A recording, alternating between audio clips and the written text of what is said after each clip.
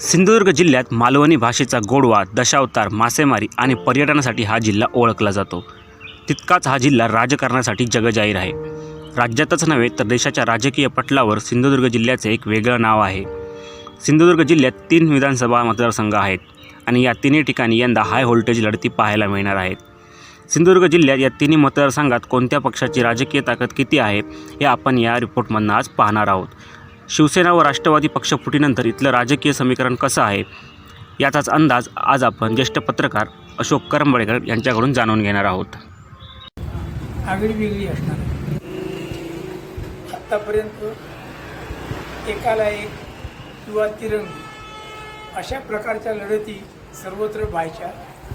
या खेपेला गेल्या 5 वर्षामध्ये जी काही राजकीय अस्थिरता महाराष्ट्रात आलेली आहे त्याचा परिणाम आपल्या सिंधुदुर्ग जिल्ह्यातल्या 3ही मतदारसंघावर जाणवतो आहे. राष्ट्रवादीचे 2 गट, शिवसेनेचे 2 गट, भाजप आणि काँग्रेस असे 6 प्रमुख घटक जरी असले तरी त्याच्यामध्ये अन्य कंगोरी याचा समर्थक, त्याचा समर्थक, याचा विरोधक, त्याचा विरोधक अशा पद्धतीनेही या निवडणुकीमध्ये नेत्यांची मारामारी आणि छुपे शह काटशह सातत्याने चालू आहे. कणकवली मतदारसंघाचा विचार केला तर कणकवली मतदारसंघामध्ये आत्ताच्या घडीला नितेश राणेंचं प्राबल्य खूप मोठं आहे. गेल्या 10 वर्षामध्ये सुरुवातीला काँग्रेसतर्फे नंतर भाजपतर्फे निवडून आल्यानंतर त्यांनी मतदारसंघामध्ये पूर्णपणे व्यवस्थित बांधणी केलेली आहे. त्यामुळे या निवडणुकीमध्ये त्यांना धोका संभवत नाही. संदेश करकर त्यांच्यासमोर उभे आहेत. संदेश करकर यापूर्वी नारायण राणेंच्या समोरही उभे होते, परंतु सतीश सावंतांचा गेल्या निवडणुकीत शिवसेनेतर्फे पराभव झाल्यानंतर मधल्या 5 वर्षाच्या कालावधीमध्ये त्या पक्षाने या मतदारसंघामध्ये निवडून येण्याच्या दृष्टीनं प्रयत्न केलेला नाही, संपर्क ठेवलेला नाही. ही त्यांची जमेची बाजू निश्चितच नाही आहे, ही त्यांना घाट्याची बाजू आहे.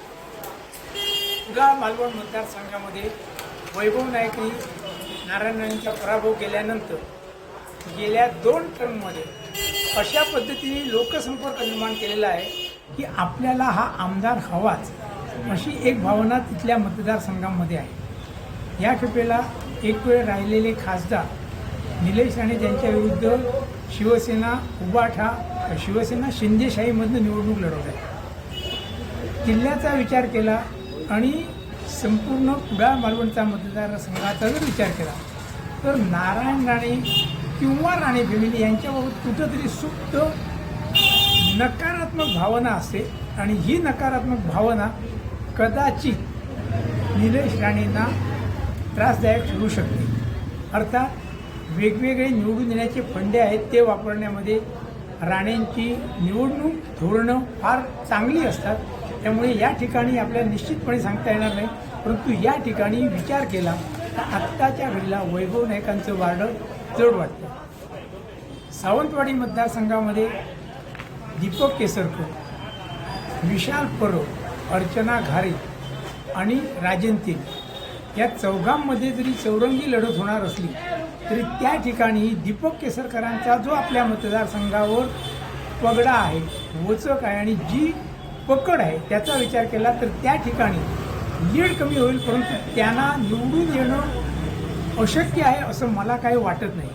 तिन्ही मतदारसंघांचा जर विचार केला तर आत्ताच्या घडीला जी परिस्थिती दिसते आहे, अर्थात अजूनही 10-12 दिवस प्रचाराचे आहेत, प्रचाराचे वेगवेगळे फंडे वापरले जाणार आहेत. या सगळ्याचा विचार करता शेवटच्या 2-3 दिवसामध्ये जी काही रचना होईल, जी काही हालचाल होईल याचा फायदा कोणाला मिळतो हे बघणं या खेपेला निश्चितच मनोरंजक असेल.